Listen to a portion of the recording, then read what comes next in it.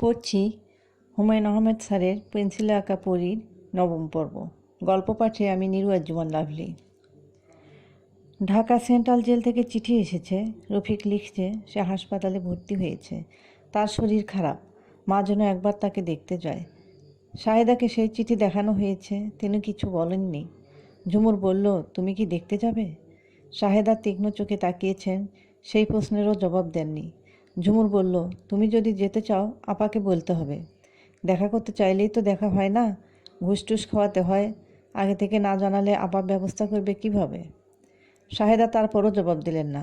ঝুমুর বলল, তুমি কি আপার সঙ্গে কথা বলবে? আপা ঘরেই আছে, আজ সে কোথাও যাবে না। তুই স্কুলে যা, তোকে এত কথা বলতে হবে না। আমি আজ স্কুলে যাব না, আপার সঙ্গে সারাদিন গল্প করব। কর, যা ইচ্ছা। মিতু দরজা ভিজিয়ে শুয়ে আছে। ছোটো বোনের সঙ্গে গল্প করার ব্যাপারে তার তেমন আগ্রহ দেখা যাচ্ছে না। ঝুমুর কয়েকবার কাছে গেল, বিছানার পাশে বসলো। মিতু তাকিয়ে দেখল, কিছু বলল না। আপা, মাথা বিলি দিয়ে দেব? মিতু না সুযোগ মাথা নাড়ল। শুয়ে আছো কেন? শরীর খারাপ লাগছে? শরীর খারাপ লাগছে না, শরীর ভালোই, আরাম করছি। বিকেল পর্যন্ত শুয়ে থাকবো, তারপর বিকেলে বেরোবো। ঝুমুর আপার চোখের উপর থেকে চোখ সরিয়ে নিয়ে বলল, রাতে শুটিং আছে? সারা রাত শুটিং চলবে? মিতু হ্যাঁ সূচক মাথা নেড়ে দেয়ালের দিকে মুখ করে পাশ ফিরল। দেয়ালের দিকে তাকিয়েই বলল, ঝুমুর, তুই কি আমার একটা কাজ করে দিবি? অবশ্যই দেবো। একটা চিরুনি কিনে আনবি, সুন্দর একটা চিরুনি। চিরুনি দিয়ে কি করবে? চিরুনি দিয়ে মানুষ কি করে? তোমার তো চিরুনি আছে, এই জন্য জিজ্ঞেস করছি। মবিন ভাইকে দেব, ওই দিন দেখলাম ওর চিরুনি নেই। আমিও তাই আন্দাজ করেছিলাম। জানালার পর্দা টেনে দিত। ঝুমুর উঠে পড়ল। জানালার পর্দা টেনে দিতে বলার অর্থ আমি এখন ঘুমোবো। আপা তাকে খুব ভদ্রভাবে বলছে, তুই উঠে চলে যা। আপা, তুমি চা খাবে? চা বানিয়ে আনবো? না। ঝুমুর ইতস্তত করে বলল, তোমাকে আমি একটা কথা বলতে চাচ্ছিলাম আপা, জরুরি কথা। বল। আমি এই বছর পরীক্ষা দেব না, সামনের বছর দেব। মিতু কিছু বলছে না, চোখ বন্ধ করে শুয়ে আছে। মনে হচ্ছে সে ঘুমিয়ে পড়েছে। আপা, আমি একদম পড়াশোনা করতে পারছি না। বই নিয়ে বসি, অন্য কথা ভাবি। সামনের বছর আমি খুব মন দিয়ে পড়ব, পরীক্ষায় দেখবে খুব ভালো করব। ঠিক আছে আপা? মিতু না চোখ তুলেই বলল, আমার হ্যান্ডব্যাগ থেকে টাকা নিয়ে একটা চিরুনি কিনে আন। এখনই যাব? একসময় গেলেই হবে। পরীক্ষার ব্যাপারে তো তুমি কিছু বললে না। মিতু চাপা গলায় বলল, পরীক্ষা দেয়া না দেয়া তোর ব্যাপার, আমার আর বলার কি আছে? রাগ করছো না তো? না। তুই এখন ঘর থেকে যা। ঝুমুর চিরুনি কিনতে বের হয়ে গেল। তখন ঘরে ঢুকলেন শাহেদা, তার হাতে চায়ের কাপ, পিরিসের 2টা বিস্কিট। মিতু বিছানায় উঠে বসতে বসতে বলল, চা খাবো না মা, তুমি খেয়ে ফেলো। বিস্কিটও খাবো না। সকালের নাস্তাও খাসনি? খিদে জমাচ্ছি, দুপুরে 1 গামলা ভাত খেয়ে সন্ধ্যা পর্যন্ত ঘুমোবো। শাহেদা মেয়ের পাশে বসে চা খাচ্ছেন। মিতু বলল, বিস্কিট খাও মা, তোমার খাওয়া দেখি। খাওয়া দেখার কি আছে? অনেক কিছুই আছে। পৃথিবীতে সবচেয়ে গুরুত্বপূর্ণ ব্যাপার হলো খাওয়া। সেই খাওয়া দেখাটা তুচ্ছ করার মতো কিছু না। বাড়িওয়ালা বাড়ি ছেড়ে দিতে বলেছে, শুনেছিস? ঝুমুরের কাছে শুনলাম। বাড়ি দেখেছিস? না। 1 তারিখের মধ্যে বাড়ি ছেড়ে দিতে হবে তো। বললেই তো বাড়ি ছেড়ে দেওয়া যায় না। আমি বলেছি ছেড়ে দেব। বলেছ, ভালো করেছ, আমি বুঝিয়ে বলবো। আমি এখানে থাকতে চাই না, লোকজন আজে বাজে কথা তোর নামে ছড়াচ্ছে। যেখানে যাবে সেখানেও তো ছড়াবে। শাহেদা চুপ করে গেলেন। চায়ে বিস্কিট ভিজিয়ে তিনি বিস্কিট খাচ্ছেন। মিতু তাকিয়ে তাকিয়ে দেখছে। আজ রান্না কি মা? নলা মাছ নিয়ে এসেছিল, রাতে খাবি, দুপুরে ডাল ভাত। দুপুরেই রাঁধো মা, আরাম করে খাই, রাতে আমি থাকবো না, রাতে শুটিং আছে। আজ শুক্রবার, শুক্রবারে তো শুটিং থাকে না। আজ আছে। ওই দিন না বললি ছবির কাজ শেষ হয়ে গেছে? প্যাচওয়ার্ক বাকি আছে, কিছু অংশ নষ্ট হয়ে গিয়েছিল, সেগুলো আবার করা হবে। রাতে ফিরবি না? না। শাহেদা মুখ শক্ত করে বসে আছেন, তার কপালে বিন্দু বিন্দু ঘাম জমছে। চায়ের কাপে তিনি এখন আর চুমুক দিচ্ছেন না, বিড়বিড় করে কি যেন বললেন। মিতু শঙ্কিত গলায় বলল, কিছু বলছো মা? শাহেদা ক্ষীণস্বরে বললেন, তোর বাবাকে কাল স্বপ্নে দেখেছি, মুখটা খুব মলিন। তিনি বললেন, তুমি এত কষ্ট করছো কেন? কষ্ট করার দরকার কি? এই টিনটা রাখো, এখানে ইঁদুর মারা বিষ আছে, তুমি নিজে খাও, মেয়ে দুটাকে খাও, দেখবে সব সমস্যার সমাধান হয়ে গেছে। এই বলে তিনি একটা টিনের কৌটো আমার হাতে দিলেন। রাত দিন এইসব ভাবো, এই জন্যই স্বপ্ন দেখেছ। তোর বাবা কথাটা কিন্তু ভুল বলেনি।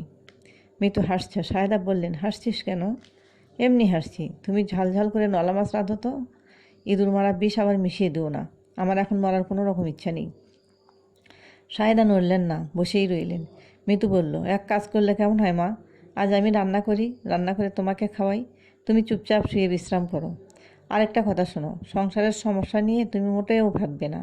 আমি কি করব তোমাকে বলি। ঝুমুরকে বিয়ে দিয়ে দেবো। ওর আর পড়াশোনা হবে না, ওর পড়াশোনায় মন নেই। মোটামুটি ধরনের একটা ছেলে দেখে ওর বিয়ে দিতে হবে। ওর চেহারা ভালো, ছেলে পাওয়া কোনো সমস্যা হবে না।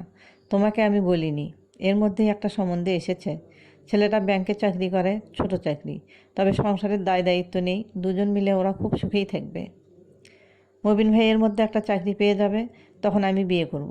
তুমি থাকবে আমার সংসারে, মাঝে মাঝে ঝুমুরকে গিয়ে দেখে আসবে। এখন তুমি আসো তো আমার সঙ্গে। রান্নার সময় যদি ভুলটুল করি তুমি ধরিয়ে দেবে। আর একটা কথা মা, এরপর যদি কোনো দিন স্বপ্নে বাবাকে দেখো তোমার কাছে ইঁদুর মারা বিষ গুছিয়ে দিতে চাচ্ছে, তাহলে তুমি তাকে কিন্তু কঠিন ধমক দেবে। মিতু বিছানা থেকে নামলো, তার মাকে হাত ধরে তুলল। মিতুর মুখ হাসিয়েছি। সাহেদা বললেন, ঝুমুরকে বিয়ে করতে চাচ্ছে যে, তার নাম কি? আমানুল্লাহ, অগ্রণী ব্যাংকে কাজ করে। কী রকম কাজ? দারোয়ান টারোয়ান নয় তো? না, দারোয়ান না, ক্লার্ক। তোকে সরাসরি বলেছে? আমাকে বলেনি, মবিন ভাইকে বলেছে। ওকে কেন বলবে? ওকে, তার কিছু বলার থাকলে সরাসরি তোকে কিংবা আমাকে বলবে। ছেলেটার দেশ কোথায়? আমি মা কিছুই জানি না, আমি খোঁজ নিয়ে বলবো। কবে খোঁজ নিবি? আজই খোঁজ নেব। এফডিসিতে যাওয়ার আগে মবিন ভাইয়ের সঙ্গে দেখা করে তারপর যাব। মবিন শুয়েছিল, মিতুকে দেখে ধর্মর করে উঠে বসলো। অবাক হয়ে বলল, আরে তুমি? মিতু বলল, অবেলায় শুয়ে আছো কেন? বেকার মানুষেরা আবার বেলা অবেলা কালবেলা, তুমি এই সময় যে? এটা কি নিষিদ্ধ সময়? না, নিষিদ্ধ হবে কেন? এসো ভেতরে এসো। আমার চিরুনি এনেছ? হুম। সিগারেট? না, সিগারেট আনা হয়নি। কতক্ষণ থাকবে? রাত 8টা পর্যন্ত থাকতে পারি, কিন্তু তোমার তো সময় হবে না। সময় হবে না তোমাকে কে বলল? সন্ধ্যাবেলায় তোমার টিউশনি আছে না? ছিল, এখন নেই। সন্ধ্যাটা আমি এখন স্বাধীন। গতকাল সন্ধ্যায় কী করেছি জানো? একটা সিনেমা দেখে ফেললাম, জানি দুশ্মন। আশায় আশায় গিয়েছিলাম হয়তো তোমাকে দেখব। জানি দুশ্মন ছবিতে তুমি কাজ করোনি, তাই না? না। টেপি কী করেছে? সুন্দর মতো একটা এক্সট্রা মেয়ে দেখলাম, নায়িকার সঙ্গে নদীতে পানি আনতে গেল। টেপি ওই ছবিতে কাজ করেছে কিনা বলতে পারছি না। দেখা হলে জিজ্ঞেস করো তো, ওর সঙ্গে এখন দেখা হয় না? কম হয়। ছবির ওই মেয়েটাকে দেখে মনে হলো এ নিশ্চয়ই টেপি। মেয়েটার মাথা ভর্তি চুল, জোড়া ভুরু। জোড়া ভুরু? তাহলে টেপি না, টেপির জোড়া ভুরু না। মবিন আগ্রহের সঙ্গে বলল, টেপির কথা আমার প্রায়ই মনে হয়। ওকে আমার দেখার খুব ইচ্ছা। একদিন তোমার সঙ্গে এফডিসিতে যাব, মেয়েটাকে দেখে আসব। আচ্ছা। ও আছে কেমন? ভালোই আছে। দারুণ এক বড় লোকের সঙ্গে তার ভাব হয়েছে। সেদিন এফডিসি থেকে গাড়ি পাঠিয়ে তাকে নিয়ে গেল। বলো কি, সত্যি? হ্যাঁ, সত্যি। টেপি নিশ্চয়ই খুব খুশি। না, খুশি না। ও দেখলাম খুব ভয়ে ভয়ে গাড়িতে উঠল, মুখটা কান্না ভরা। কেন বলো তো? বড়লোকেরা গাড়ি পাঠিয়ে তো আর গল্প করার জন্য নিয়ে যায় না, প্রেম করার জন্যও নিয়ে যায় না, অন্য কারণে নিয়ে যায়। সবাই সেটা জানে। কাজেই সবার চোখের উপর দিয়ে বিরাট এক গাড়িতে করে যাওয়া খুব লজ্জার ব্যাপার না? অস্বস্তির ব্যাপার তো বটেই। দারুণ বড়লোকদের জন্য দারুণ বড়লোক মেয়ে পাওয়া সমস্যা না। তারা পথে ঘাটে মেয়েদের গাড়ি পাঠিয়ে নিয়ে যাবে কেন? মিতু হাই তুলতে তুলতে বলল, পথের মেয়েদের সঙ্গে যত সহজ হওয়া যায়, অন্যদের সঙ্গে তো তত সহজ হওয়া যায় না। পথের মেয়ের আলাদা আনন্দ, আলাদা থ্রিল।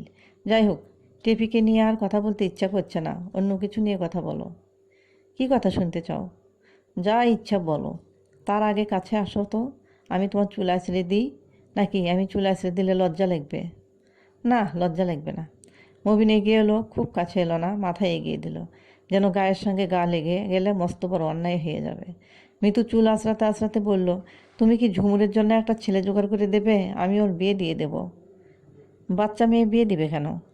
ওর এখনই বিয়ে হওয়া ভালো। বিয়ে হলে মা মানসিক শান্তি পাবেন। মা ওকে নিয়ে খুব দুশ্চিন্তা করেন। মাকে আমি অবশ্যই বলেছি আমানুল্লাহ নামের এক ছেলে ঝুমুরকে বিয়ে করতে চায়, এতেই মা খুশি।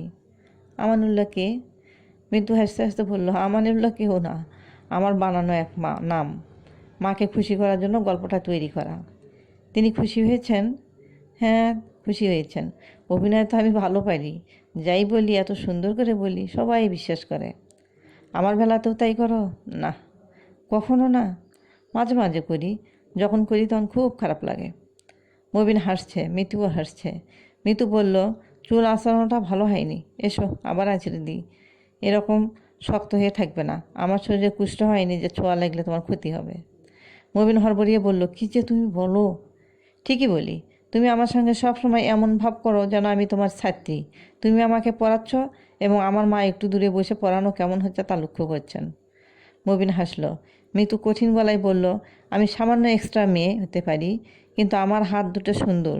সুন্দর না? দেখো কি সুন্দর লম্বা লম্বা আঙ্গুল। সে তো সব সময়ই দেখছি। হাত দিয়ে ছুঁয়ে দেখো, হাত দিয়ে ছুঁয়ে দেখলে তোমার মান যাবে? মবিন বিস্মিত হয়ে বলল, আজ তোমার কি হয়েছে বলো তো? কিছু হয়নি, হবার মতো যা হয়েছে তা হলো তোমার দেওয়া শাড়িটা পরেছি। বেগুন রং আমার অসহ্য, কিন্তু শাড়িটা পরার পর নিজেকে এত সুন্দর লাগছে কেন কে জানে। আয়নায় নিজেকে দেখে চমকে উঠেছি। তোমার কাছে কি আমাকে সুন্দর লাগছে না? লাগছে। সত্যি লাগছে না আমাকে খুশি করার জন্য বলছো? সত্যি লাগছে। তাহলে তোমার আজ ভয়ঙ্কর বিপদ। তার মানে আমি আজ কোথাও যাব না, সারা রাত গল্প করব। যদি ঘুম পায় তোমার এই খাটে তোমার পাশে শুয়ে থাকব। তোমার কি একটাই বালিশ? মবিন তাকিয়ে আছে, তার চোখে পলক পড়ছে না। মিতু বলল, এভাবে তাকিয়ে থাকবে না, আমি মন ঠিক করে এসেছি। তোমার মাথাটা খারাপ হয়ে গেছে। মিতু দীর্ঘ নিঃশ্বাস ফেলে বলল, তাই বোধ হয়। কটা বাজে দেখো তো? 7টা। তুমি ওঠো, স্যান্ডেল পরে নাও, আমাকে বাসে তুলে দেবে। রাতে আমার শুটিং আছে। এতক্ষণ ঠাট্টা করছিলাম। আমি কি সুন্দর অভিনয় পারি দেখলো তো? আমার কথা বিশ্বাস করে ভয়ে ঘেমে ঠেমে একেবারে অস্থির। এত ভয় পাচ্ছিলে কেন? না মানে লোক জানাজানি হলে তোমার অসম্মান। আজ রাতে তোমার শুটিং। কিন্তু পেঁচওয়ার্ক দরকার পড়ে গেল। কিছু পেঁচওয়ার্ক দরকার পড়ে গেল। নর্মাল টাইমে শিডিউল পাচ্ছিল না। আজই শেষ। শেষ হলেই ভালো। সারা রাত জেগে কাজ করা কি বিশ্রী ব্যাপার। সবাই সুশ্রী ব্যাপার করবে তা তো হয় না, কাউকে কাউকে বিশ্রী ব্যাপারও করতে হয়। আমরা কিন্তু রিক্সা নেব না, হেঁটে হেঁটে বাস স্টেশন পর্যন্ত যাব। আমার হাঁটতে ইচ্ছে করছে। অনেকখানি রাস্তা তো। অনেকখানি রাস্তায় তোমার সঙ্গে হেঁটে পার করব। তুমি আমার হাত ধরে থাকবে। অন্ধকার রাস্তা, কেউ দেখবে না। মবিন বলল, চলো তোমাকে এফডিসি পর্যন্ত দিয়ে আসি। কোনো দরকার নেই, আমি একাই যাব। আমি সঙ্গে গেলে অসুবিধা হবে? আছে, এক্সট্রাদের সঙ্গে যেসব পুরুষ মানুষ থাকে তাদের দালাল দালাল মনে হয়। আমি তোমাকে সঙ্গে নিয়ে গেলে সবাই আচোখে তোমাকে দেখবে, আমার অসহ্য লাগবে। আমাদের বিয়ের পর তোমাকে নিয়ে যাব, পরিচিত সবাইকে ক্যান্টিনে চাটা খাইয়ে দেব। তুমি কি বলো? সেটা মন্দ না।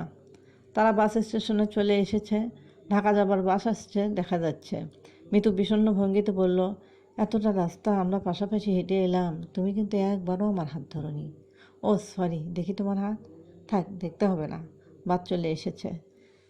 দিলদার খাঁ দরজা খুলে বিরক্ত ভঙ্গিতে বলল, এতক্ষণে কটা বাজে জানো? রেশমা লজ্জিত ভঙ্গিতে বলল, বাস পথে জ্যামের মধ্যে পড়েছে। অ্যাক্সিডেন্টের জন্য এয়ারপোর্ট পুরো 2 ঘন্টা বন্ধ। কি করব বলুন? রাত বাজে 11টা। পার্টি এতক্ষণ তোমার জন্য বসে থাকবে? আমার নিজেরও একটা বদনাম হয়ে গেল। কথা বলে কথা রাখতে পারলাম না। সরি দিলদার ভাই। এখন সরি বলে লাভ কি? রাত 9টা পর্যন্ত পার্টিকে ধরে রেখেছি, তারপর বাধ্য হয়ে অন্য ব্যবস্থা করেছি। হুট করে তো কাউকে পাওয়া যায় না, পার্টির পছন্দ অপছন্দের ব্যাপার আছে। রেশমা বলল, আমি এখন কি করব? কি আর করবে, বাসায় চলে যাবে। এত রাতে বাসায় যাব না, ভোরবেলা যাব। রাতটা আপনার বাসায় থেকে যাই। দিলদার বিরক্ত গলায় বলল, আরে সর্বনাশ, বাসায় থাকতেই পারবে না? তোমার ভাবি এইসব ব্যাপারে অসম্ভব স্ট্রিক্ট। বসার ঘরের সোফায় শুয়ে থাকবো? অসম্ভব। বসার ঘরের সোফা কেন, বারান্দায় শুয়ে থাকলেও সে ঝাঁটাপেটা করবে। রেশমা বলল, ঠিক আছে থাকবো না, ঘরে ঢুকতে দিন। ভয়ঙ্কর তৃষ্ণা হয়েছে, 1 গ্লাস পানি খাবো, তারপর ভেবে ঠিক করব কি করা আর কি করা না যায়। দিলদার খাঁ নিতান্ত অনিচ্ছায় দরজা থেকে সরে দাঁড়ালো। পুরনো অসুখটা কি আবার তাকে ধরেছে? সেই ভয়াবহ অসুখ, যে অসুখ গভীর গোপনে লুকিয়ে থাকে, হঠাৎ বের হয়। যখন বের হয় তখন সমগ্র চিন্তা চেতনা আচ্ছন্ন করে দেয়। মোবারক সাহেবের চিন্তা চেতনা গুলিয়ে যাচ্ছে। তিনি বসে আছেন তার LC3 পার্সোনাল কম্পিউটারের সামনে। পর্দায় দাবার বোর্ড, এবারের চাল তার দেওয়ার কথা। পর্দায় ফ্ল্যাশিং লাইন সাইন উঠছে, সুন্দর চাল তার আছে। মন্ত্রীর সামনের বরে এক ঘরে এগিয়ে দিয়ে প্রতিপক্ষের নাইটকে বেকায়দায় ফেলা। তিনি চাল দিচ্ছেন না, মূর্তির মতো বসে আছেন। তার ভিতর থেকে একজন কেউ বলছে, অর্থহীন, এই চাল দেওয়া অর্থহীন। কে বলছে? তার পুরনো অসুখটা বলছে? হ্যাঁ, সেই পশুটাই বলছে। কিন্তু পশুটাকে এখন আর পশু বলে মনে হচ্ছে না। পশুর গলার স্বর মধুর। প্রথম যৌবনের কিশোরী প্রেমিকার কণ্ঠস্বরের মতো তার প্রথম যৌবনে কোনো কিশোরী প্রেমিকা ছিল না। থাকলে অবশ্যই এরকম কণ্ঠে কথা বলতো। কণ্ঠস্বর বলল, দাবার চাল কি দিয়ে হবে? তিনি যুক্তি দিয়ে চেষ্টা করলেন। ক্ষীণস্বরে বললেন, আনন্দ। খেলার আনন্দ, জয় পরাজয়ের আনন্দ। কণ্ঠস্বর বলল, দাবার চাল দিয়ে কি হবে? তিনি যুক্তি দিতে চেষ্টা করলেন। ক্ষীণস্বরে বললেন, আনন্দ, খেলার আনন্দ, জয় পরাজয়ের আনন্দ। জয় পরাজয়ের আনন্দ সবার জন্য নয়। এই খেলার জয় করেও তুমি আনন্দ পাবে না, পরাজিত হয়েও তুমি আনন্দ পাবে না। একটু শুধু ক্লান্ত হবে। তুমি কি ক্লান্ত হবার জন্য খেলছ? না। তাহলে শুধু শুধু খেলছো কেন? খেলছি না তো, আমি বসে আছি। এভাবে কতক্ষণ বসে থাকবে? জানি না। অনন্তকাল বসে থাকবে? অনন্তকাল বসে থাকবো কেন? আমি এখন উঠবো, হাত মুখ ধোবো, কফি খাবো, তারপর ঘুমোতে যাব। কারো কারো জন্য সময় থেমে যায়, তোমার জন্য সময় থেমে গেছে। তুমি যাই করো, তোমার কাছে মনে হবে তুমি অনন্তকাল ধরে করছো। সত্যি না? সত্যি। তুমি যখন তোমার স্ত্রীর সঙ্গে কথা বলো, তোমার কাছে মনে হবে তুমি অনন্তকাল ধরে কথা বলছো। তুমি যখন হাতে কফির পেয়ালা নেবে, তখন মনে হবে অনন্তকাল ধরেই কফির পেয়ালা হাতে তুমি বসে আছো। আমি কি অভিশপ্ত? সব মানুষই অভিশপ্ত। ওরা তা জানে না বলে ওরা হেসে খেলে জীবন ধারণ করছে। তুমি জেনে গেছো। তোমার মতো আরও অনেকেই জেনেছে। জাপানের নোবেল পুরস্কার পাওয়া সেই ঔপন্যাসিকের নাম যেন কি? কাওয়াবাতা। হ্যাঁ, কাওয়াবাতা। তিনি যখন সব পেয়ে গেছেন, তখন তিনি আত্মহত্যা করেন। এরকম উদাহরণ আরও আছে, আছে না? আছে। কবি মায়াকোভস্কি, আর্নেস্ট হেমিংওয়ে, পুশকিনকেই বা বাদ দেবে কীভাবে? পুশকিন ডুয়েলে মারা গেছেন। একই কথা, ব্যাপার একই। জীবন তাদের কাছে অসহ্য বোধ হয়েছিল। তারা বুঝে গিয়েছিলেন বেঁচে থাকার কোনো কারণ নেই। তুমিও বুঝে গেছো। আমার বিশাল কর্মকাণ্ড, ব্যবসা, তাদের কর্মকাণ্ড কি তোমার চেয়ে কম ছিল? মৃত্যু আমাকে কি দেবে? কিছুই দেবে না। এটা কি অনেক বড় উপহার না? সেরকমই মনে হচ্ছে। একটা বইয়ের শেষ পাতায় কি লেখা থাকে? দি এন্ড, সমাপ্তি। মৃত্যু তোমাকে শেষ পাতায় এনে দেবে। এটা কি আনন্দময় একটা ব্যাপার না? হ্যাঁ, আমাকে তুমি এখন কি করতে বলো? তুমি তোমার কম্পিউটারে লেখো দ্য এন্ড, সুন্দর করে লেখো। কম্পিউটারের পর্দায় তিনি লিখলেন, দ্য এন্ড। এত ছোট করে লিখেছো কেন? বড় টাইপে লেখো, সব ক্যাপিটাল লেটারে। তিনি লিখলেন, দ্য এন্ড। আর তখন বিশ্রী শব্দে ইন্টারকম বাজতে লাগলো। তিনি ইন্টারকমের রিসিভার কানে নিলেন। ইদ্রিস বলল, স্যার, আসসালামু আলাইকুম। তিনি যন্ত্রের মতো বললেন, কী ব্যাপার ইদ্রিস? একটা মেয়ে এসেছে স্যার, আপনার সঙ্গে দেখা করতে চাচ্ছে। কে এসেছে? এই বাড়িতে সে আগে একবার এসেছিল। টেপি? নাম বলল রেশমা। ও আচ্ছা, ওকে কি বলবো স্যার? মোবারক সাহেব চুপ করে রইলেন। তার ভেতরে সেই পশু কিছু বলে কিনা শুনতে চেষ্টা করলেন। কেউ কিছু বলছে না। তিনি আগ্রহের সঙ্গে বললেন, ইদ্রিস, রেশমাকে উপরে নিয়ে এসো। জি আচ্ছা স্যার। রেশমা কাঠের সিঁড়ি বেয়ে বেয়ে ভয়ে ভয়ে উঠছে। সিঁড়ির মাথায় মোবারক সাহেব দাঁড়িয়ে আছেন। মোবারক সাহেবের মুখ হাসি হাসি। তিনি দূর থেকে বললেন, কি ব্যাপার বলো তো? রেশমা থমকে দাঁড়িয়ে গেল। তাকে একটু যেন বিভ্রান্ত মনে হচ্ছে। সে বলল, আমি আমার চুলের ফিতাটা ফেলে গিয়েছিলাম, নিতে এসেছি। মোবারক সাহেবের মনে হলো বুদ্ধিমতী একটা মেয়ে, সুন্দর জবাব দিয়েছে। তার সঙ্গে কিছুক্ষণ থাকলে মনের ভেতরে পশুটাকে অনেকক্ষণের জন্য আটকে রাখা যাবে।